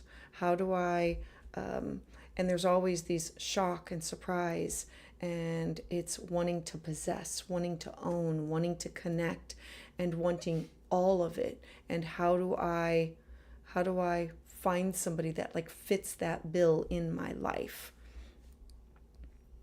All right, so let's talk about where we are today. All right, so Sabrina, there we go. You have, you had the eclipses. You had a nodal return. Okay, so let's start here. The eclipses were affecting you and literally sitting on top of that wound and Pluto. So your sun and Pluto. Okay, Aries is the sign of the warrior, the me. How do I go after what I need? It's in your 12th house. How do I, Sabrina, get solitude? How do I not be my own worst enemy? How do I stop that broken record? How do I not be imprisoned within my own mind? How do I know who to trust? How do I know who the hidden enemies are? By connecting into your dreams, your intuition, your psychic ability, anything that has to do with your angels, your guides. Now, last fall, around that September, October, November, there were 2 eclipses that happened. One with ending something that had to do with, and it could have been health issues, or bringing about topics that had to do with your mental, physical, spiritual health, well-being, and isolation. And then we also had another eclipse series with March 25th and April 8th. The March 25th would have been I understand. I have a diagnosis. I now have a counselor. I now have a mentor. I now have a guide. I now know what I need to do in order to move forward. The sixth house is usually alternative healthcare practices, and it's our daily habits like walking or vitamins or supplements or chiropractor or sound bath, Reiki, massage. How do I heal myself and release myself from things that are holding me back? Where the sixth house is where you are not of service to others, but you are a slave to others. And so how do you release yourself from servitude to things that you have promised or things that you have done before? And so the eclipses were bringing about the topics of trauma and where I've given way too much, and healthy boundaries people just didn't like, and you choosing to release the binds that tie you, mental illness, karmic debts, a time for healing and renewing. And so what's going to happen is you're going to have one more set of eclipses this fall that will still keep the theme of the me, we, like the Aries, Libra, but it's going to now dip into Pisces and Virgo. I now need to focus on what are my hopes, my wishes, my dreams, my goals. How do I network and get to those things? And how do I bring about finding pleasure and joy and creativity? Now, let me skim around just a little bit more. You're going to have the sun move into your third house of communication. I love this for taking in the 6th and the 12th energy with the eclipses, because it's adding to it. The sun in Cancer is kind words. It's wanting to connect with other people that are close to you. These can be neighbors or siblings or cousins. The third house is all types of communication and conversation, media, people. It's people that you connect with on a daily basis, and it's where you connect. And so the sun is illuminating, wanting to have heartfelt connections with people. The full moon will occur in your 9th house of taking a class, taking a workshop, traveling somewhere, publishing something that has to do with legal matters. It'll either have you ending it, or it will have you go back and say, I'm not done yet. This would have been something that was started 6 months ago. I'm not done yet, so let's revise these goals so I can finish it efficiently, because it's in trying to your first house of self. And you have Mars literally sitting on top of your south node. I need to finish this. I need to get rid of this. I need to take actionable steps towards this. Sabrina, I'm hoping all of this is making sense to you. Okay, I'm just going to bring up one more thing. All right. You are ruled by Venus. So you always follow Venus in your chart. Like, where is she? What is she doing? And currently she's connected up with Mercury. So this means merging. Mercury is the way that we communicate, travel, technology, and Venus is bringing people together, love, beauty, unity, and family and connectedness. And in the sign of Cancer is it's starting something new, because these two merged at the same degree, and it literally just happened yesterday. So always follow Venus through your chart. Whatever house she is in is where you're activating the energy of who you are, your identity of. So I'm hoping all of this makes sense to you, Sabrina. I almost lost everything I owned in October and March. I found astrology. Oh my gosh. I am so glad that you found it, because, okay, so October and March, those were the eclipses. And so know that the eclipses are going to play a major role in your life. You do have the next eclipse series. We're going to be at an in-between, ending Aries Libra, beginning the Pisces Virgo. And so it'll get it off that heart axis of your mental, physical, spiritual health and well-being, and it'll move it into fun, joy, pleasure, and connection with other people. So Sabrina, I am I'm glad that you are moving past that, but know that there's one more eclipse. So know that they happen.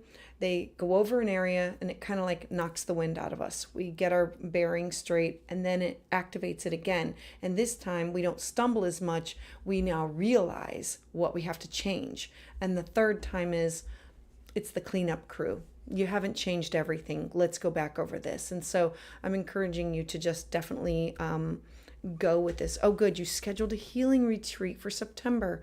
Look, I absolutely love that because it'll be right after the Mercury retrograde and right before the next eclipse series. Oh, the next eclipse series is in Pisces. And so that's spiritually connected. No, that's exactly what you're supposed to be doing. I love this for you, Sabrina. Yeah, thank you very much. Thank you for trusting me. I appreciate everybody being here. All right. I do not have anybody else left in the queue, so I'm just going to throw out one more time. I would love to see all of you for my transit talks. The next one's going to be on your perfected year. It is an ancient timing technique that I walk you through, that you do your own chart, and then I put your charts up and we talk about how to navigate this, how to do it. It's $30. If you cannot make it for the live, then you can always do the replay. You have access to it forever. And I'm just happy that, yes, what? Hold on. Oh, good to know about Venus. Yeah, Sabrina, definitely. Christie, hey, Patty, had a private consultation a couple months ago. Yes. Astrology tarot reading. Are tarot readings still? Absolutely. Tarot readings are definitely available, but those are through the website. I was doing tarot readings on here, like on the opposite end, and they just were not... People were not as interested in the tarot as the astrology. Shiny Gems, so glad that you're here. Shiny Gems, were you at the beginning? Because I showed my dog Ace. Like, he's doing so much better. Not that I want to take up everybody's time, but like the 2 weeks ago, it was really hard. And so now he is back and feeling much better. He's on medication. Oh, you do want a reading. Okay, so it's not just you and me chit-chatting right here. Okay. Shiny Gems, let me pull it on up. Let me get you in the queue.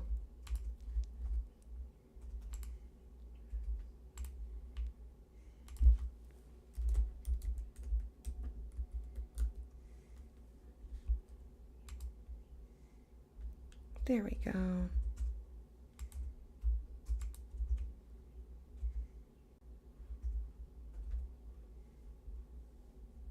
Did I do it right? Of course not. And I only have you on here 3 times. I got you, girlfriend. I have you. I know. There you are. Bring it on over. There we go. All right. First, I want to say, like, happy anniversary.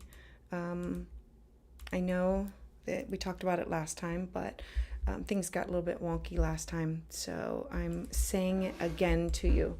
All right, there's no questions, so let's see. Oh, let's talk. Okay, the sun.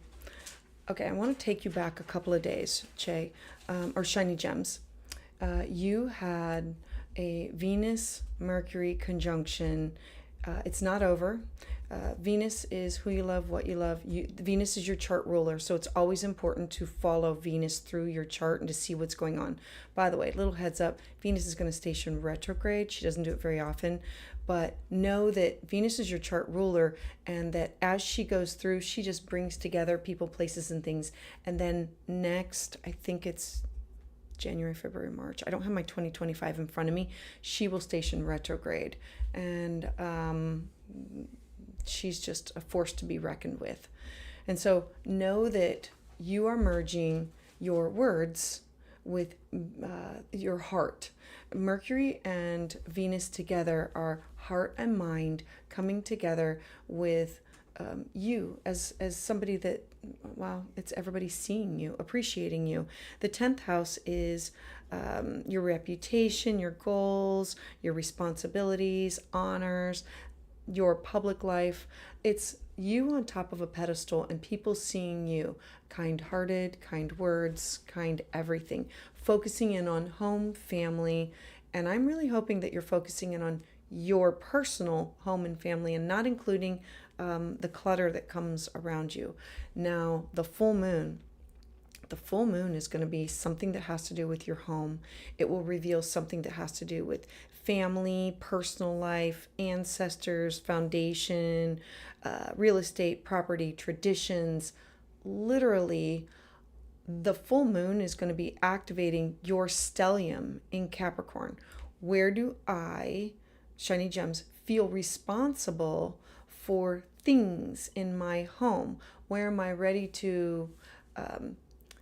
this full moon will, it says that here's an ending, and if it's not a complete ending, it will be, this is what I have to do to finish the goal. Full moons always reveal something that we just didn't see there. And so there could be something else, not that you need anything else coming up, but knowing it is a little bit easier. I do think that it has to do with something with family, home, traditions. And this is like more cobwebs coming out of the woodwork and saying, okay, one more thing to release. I'm looking at this as not a negative, but a positive of I am on a roll.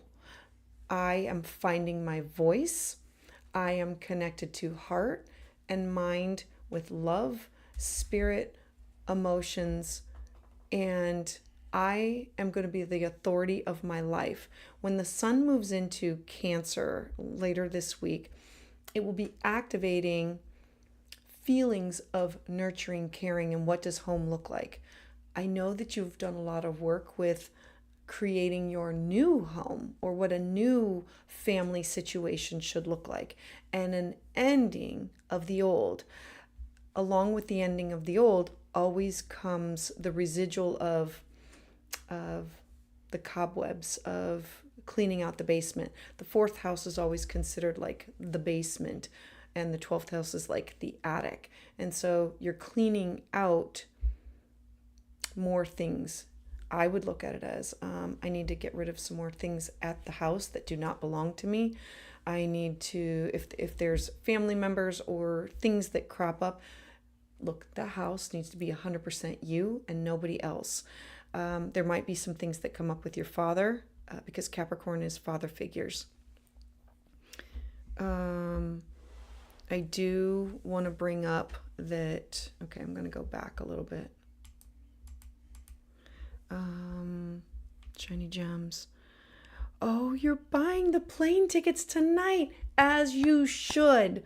Oh my gosh, this is such good news. See, that's what I mean about moving towards what does your new home life look like and getting rid of the cobwebs, like dusting it out, bringing it to light. Oftentimes when traumas are brought to the light, it gives us a chance to deal with it, process it, share it, and say, okay, I'm looking towards this. And I don't look at it with fear anymore. I don't even look at it with trepidation. I'm looking at this as this brought me to this place of healing. This place. My brother is an early July Cancer, so he might come up maybe. Oh, I would definitely think that may come up maybe. And I do think this will also have father issues because of the Capricorn and everything that has to do with the home. And it could be going through old stuff, finding something that's old, finding something that's in the basement, finding something that's in a box, finding something that's hidden, that has been put away, and saying, do I process this? Do I put it away? What do I do with this? All right. Let me look. Hold on. Now, Jupiter. I did want to talk about that. Jupiter, you taking many little trips. Many, like, let's make it happen. Jupiter in Gemini is expansion, wisdom, knowledge, connection to other foreign people, places, and things, like trying foreign food, like just, this is sitting on top of your Chiron. You need to make these, and they don't have to be like a week long or maybe 4 days long. It doesn't have to be like 2 weeks long. Like, it's in Gemini. It's multiple little trips that heal the wound. the Chiron. The more you talk and share, the more you connect to partnership. Remember that this is in a sextile to your north node, the direction in which you're going. And it's in a trine to your first house of self.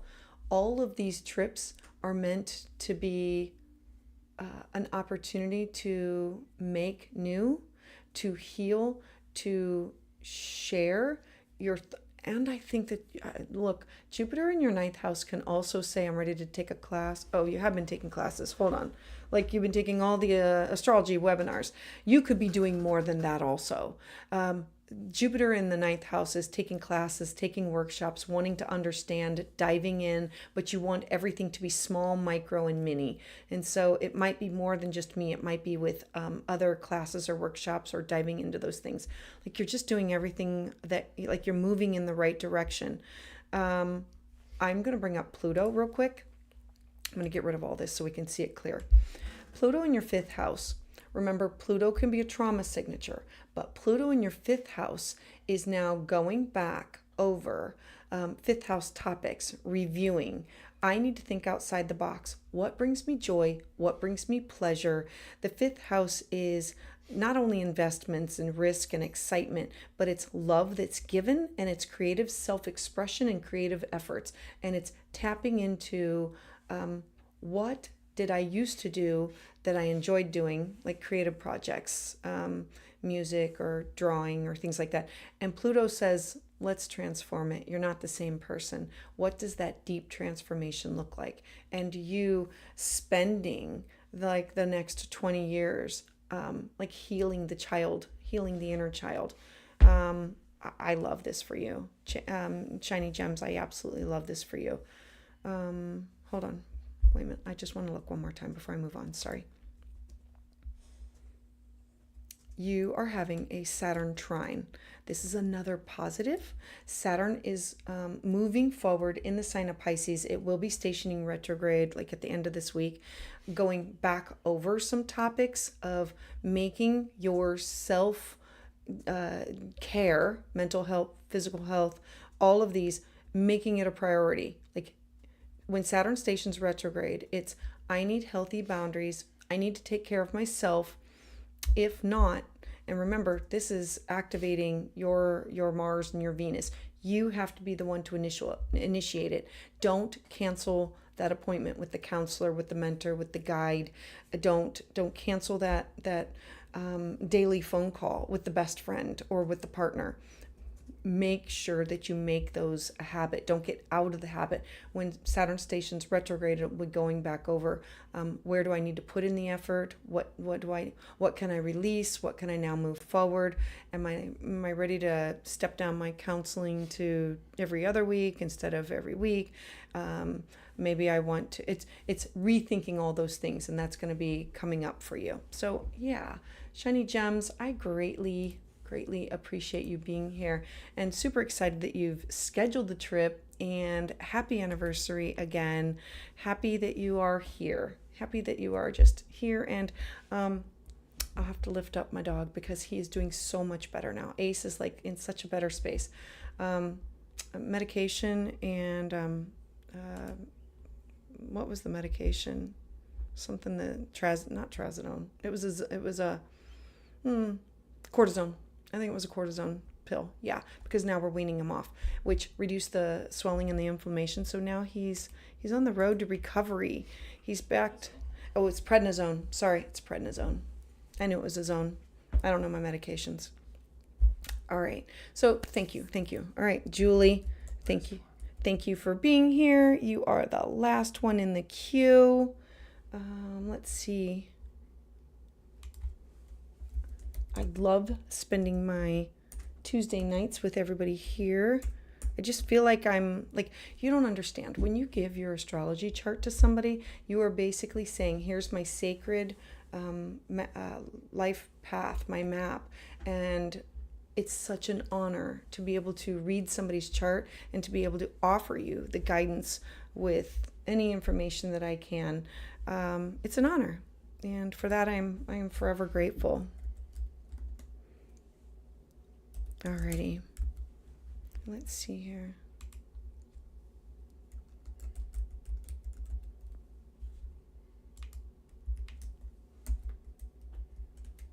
All right.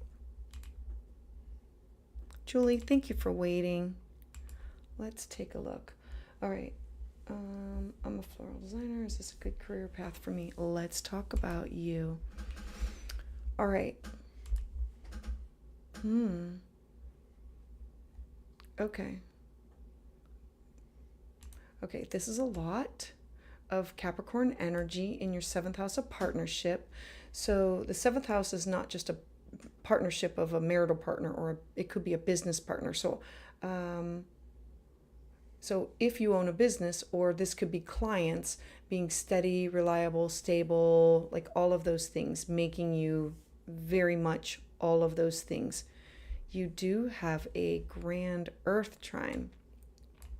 I don't know if you can see it, but it's like these blue lines that connect. This can make you very, very stable, and can sometimes make you, I don't want to use the word stubborn, but immovable. Sometimes when you pick the goal and you say, okay, here's the goal, I'm going to keep on going towards this goal, and sometimes not acknowledging when it's time to tap out and to get out. So I'm reminding you that life is about choices, and you never have to fully stick with something forever. There's no such thing as a forever. There's the free will of whatever you want to do. Now, you are ruled, you're Cancer rising, so you are ruled by the moon. So every 2.5, 3 days, the moon is going through a new sign. It is conjunct your south node, so you are bringing in things, maternal instincts, dreams, intuition, psychic ability from past lives, and working towards, how do I integrate that? How do I connect with others spiritually, emotionally, psychically, all of these things. You have a kite. Okay, I'm going to show you.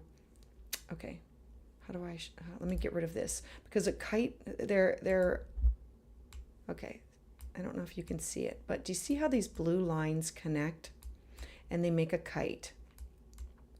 Now, what's interesting about a kite is we're always supposed to be moving in the direction that the kite is going. Your kite is your north node. You, Julie, are supposed to be moving towards Piscean energy of intuition, feelings, watery, psychic, be at one with the universe, beauty, love. Now, all of this brings it in. You are bringing in things from past lives, and or if you don't believe in past lives, things that have been passed down from great-grandparent to grandparent to parent to you. But you are bringing that energy in with you of being structured and organized, and needing to be less detail-oriented and more free-flowing, more connected to where does the universe send you. Like being a seed and saying, I'm going to be over here. I'm going to be doing this. All of the planets are working together for it, and know that you're ruled by the moon, and the moon is part of the story. All right, so let's look at where we are right now.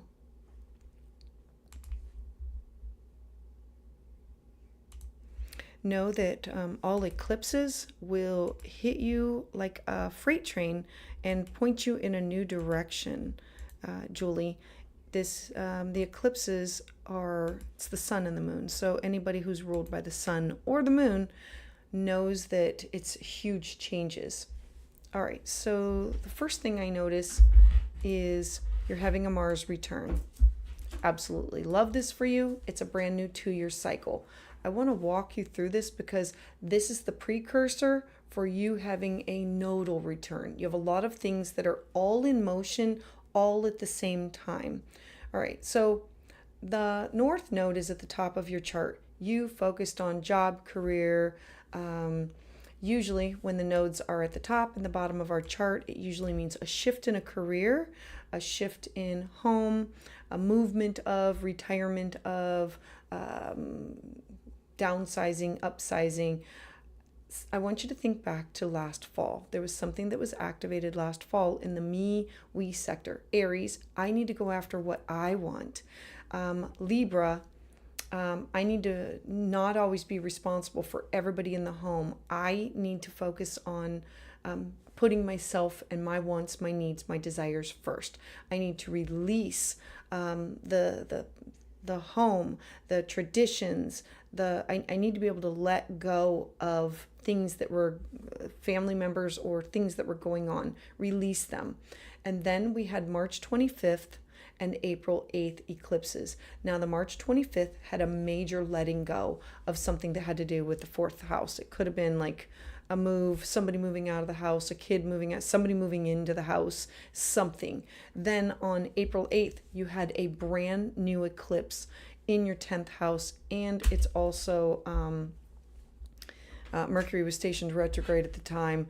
So Aries is all about you. It's you, the warrior. I have to be going after my own destiny. Usually, in the sign of Aries is an entrepreneur, somebody who does their own thing or kind of like works alone or is the leader of something. I bring this up because you are having a Mars return. It's a 2-year cycle of something that you're going to initiate with what are my dreams, my hopes, my connections, the 11th house is your aspirations, your organizations of who are you aligned with in order to get where you want to get to. Now, on top of that, you just had your Jupiter return. So all of last year, you were starting a brand new cycle of Jupiter in Taurus, expanding something that has to do with creating something that is stable and reliable. Jupiter's now going to spend the next year in your 12th house. The 12th house is the house of isolation, or it's where I do the inner work. It's spiritual retreats. It's connection to the divine, God, goddess, or your higher power, connection to your ancestors, past life regressions, Akashic records, astral travel, astral projection, all of those topics. That's what Jupiter here is going to be for the next year for you. Along with this, I'm going to now back this up. You are going to be having a nodal return. This node here is now going to shift into your 9th house, and your south node is going to shift into your 3rd house. That will be activated by the eclipses that will start this fall. So know that, let's just talk timelines. If you have not already moved, or a new career or new home, you're in the process of, or should be thinking of, or something that has to do with moving up the corporate ladder, or something that has to do with your job or your career, shifting into something that totally satisfies you. Oh, I'm sorry. Check the chat. Last fall, I traveled to Japan because I was getting burned out at work. Oh, absolutely. And can we say that you might be doing that again? You might be doing a long distance travel of something. So truly what's happening is you are in this in-between phase of the eclipses. We're ending a cycle between what do you do for your job, and then how do you become in alignment with your spiritual calling? Because when the node shifts over to Pisces, it's a spiritual calling. It's a higher than myself. I cannot not hear it. I cannot not listen. I feel compelled to do this. It will be there for the next 18 months. The Mars return is starting a brand new cycle. Knowing that you're going to be starting this brand new cycle, that you haven't exactly found the destination, but the destination is coming to you.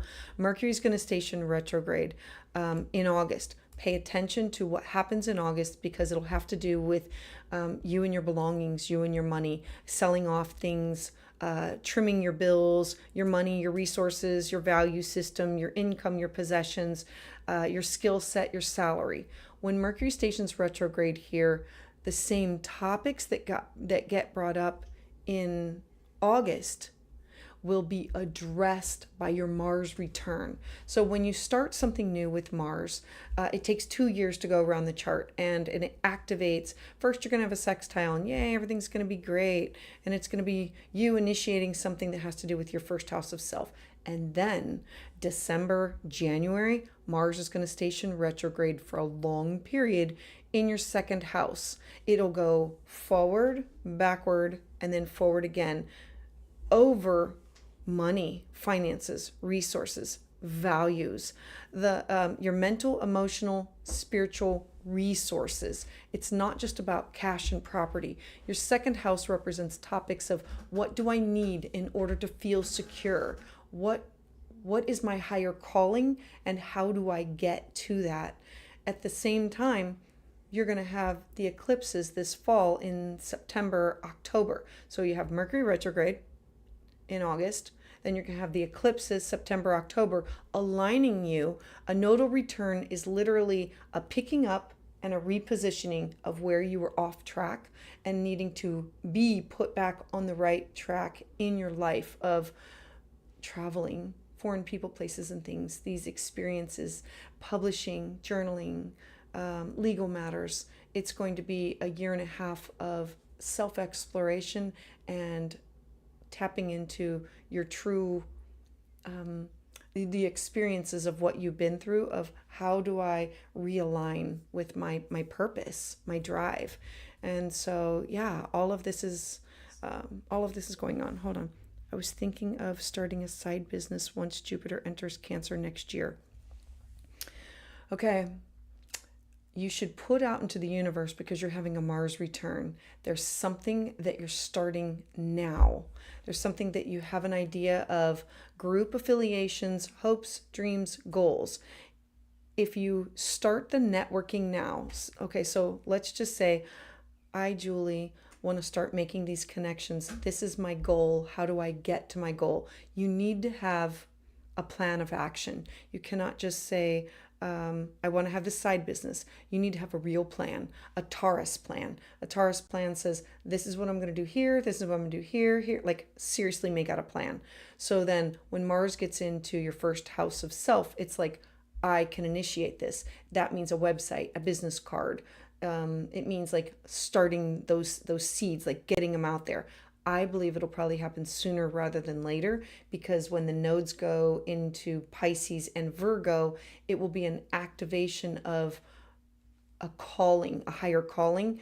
And then Mercury will station retrograde in your sixth house of your mental, physical, spiritual health and well-being in December. And then Mars will station retrograde right afterwards in December and January in your second house of your money and your property. Like, what do I have to cut away in order to get to this? Let's say that you're starting a business and you're making your plan now. Great, make the plan. It doesn't have to all come to fruition right now, but put the plan out there. Jupiter in the 12th house is you doing all the work behind the scenes, using science, technology, using astrology, like literally plan this stuff out, connecting to your spirit guides, your ancestors, doing all that. And then with, because the sun is going to be in your first house of self, you're going to be having the first square this December and saying, how can I make this happen? When Mars goes into the sign of Cancer, it'll be, what do I need to cut away? When Mars went into my first house of self, I literally pulled back and said, what is working, what is not working? I need to trim it, because I can't be all places all at one time. And you are going to want to pick something that calls to your heart. So whatever it is that you're starting, whenever it is that you're starting, should make sense for your higher calling. So Julie, I'm hoping all of this makes sense.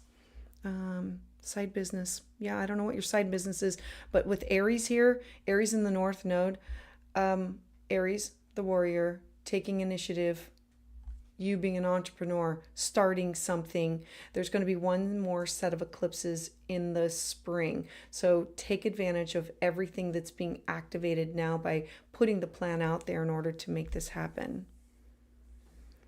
All right. Event on florals. I'm a retail floralist. Oh, I get it. Look, you have definitely start making the plan to put that out there. Yeah, I'm excited for you. And then Christie, I will have Jake speak to you about that. I just did. Okay, he said he just did. So hopefully that clears things up. Okay. Julie, one more thing, because I believe that you are the last in the queue, so I want to bring up one more thing for you. You have Pluto. It's going to be activating your sun in Aquarius. A sun in the 8th house means you connected with other people through your money, your resources, your cash, your property, all of these topics. And so it's you having your resources tied up with investments, alimony, child support, partnership, and Pluto here has you thinking outside the box for the next 20 years of how can I manage what I'm working on. Alrighty. We got one more. All right, I have one more in the queue, so That's Renee, she has no information. hold on. Okay, Renee, you are in the queue, but I do not have your information.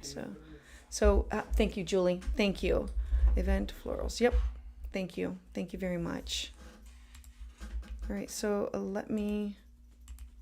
All right, and then Renee, thank you for being here in the queue. I'm hoping to get your date, time, and location. Jake, do you have it? Not yet. Okay, if you could put it in the queue, I would greatly appreciate it. Hold on. Okay, let me quit this.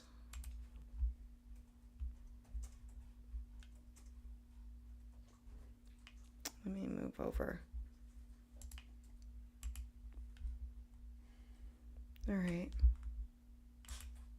So while I wait for her information, I do want to let everybody know about if you would like a private reading and you don't want it to be here public. I totally get it. Go to the website, willowgracemystik.com.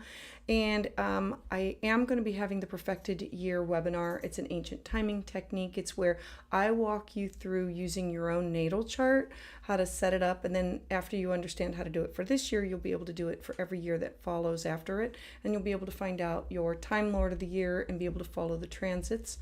And I hope you can join me again in 2 weeks on July 2nd for my next live. And so let me see who is last in the queue. Renee.